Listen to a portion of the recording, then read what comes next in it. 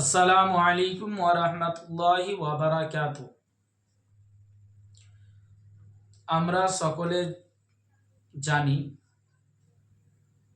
যে আমরা কোনো ভালো কাজ ইবাদত ইবাদত এবং কোরআন শরীফ এবং নামাজের জন্য যখন আমরা যাই তো সর্বপ্রথম উজু করি। তো তার মধ্যে উজুর মধ্যে থেকে আবার উজুর আদব রয়েছে, এটা আমরা অনেকজন জানি না।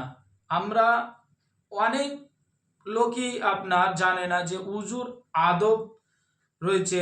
উজু করতে করতে আপনার উজু করার সময় কথা বার্তা না করা এবং কিবলার দিকে মুখ করে উজু করা, এটা একটা আদব রয়েছে।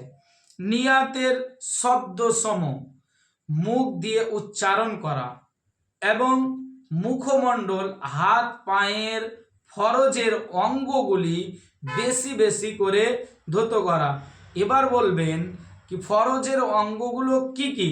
তো ফরজের অঙ্গ হচ্ছে মুখমণ্ডল, সর্বপ্রথম মুখমণ্ডল ধৌত করা এবং 2 নম্বর কোনায় পর্যন্ত হাত ধৌত করা এবং 3 নম্বর হচ্ছে মাথার চতুর্থ অংশ মাসা করা।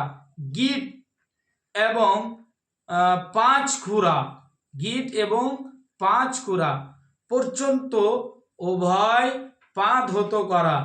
এটি আপনার উজুর আদব রয়েছে। যেমন ভাবে উজু করার পর একটি দোয়া রয়েছেন, ওই দোয়াটি পাঠ করা। তো যেমন আল্লাহুম্মা জাআলনি মিনাত তাওয়াবিনা ওয়াজআলনি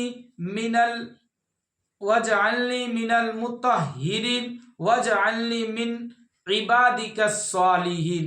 এটি আপনার উজু করার পর এটি দোয়া রয়েছে, এটি উজুর আপনার আদব।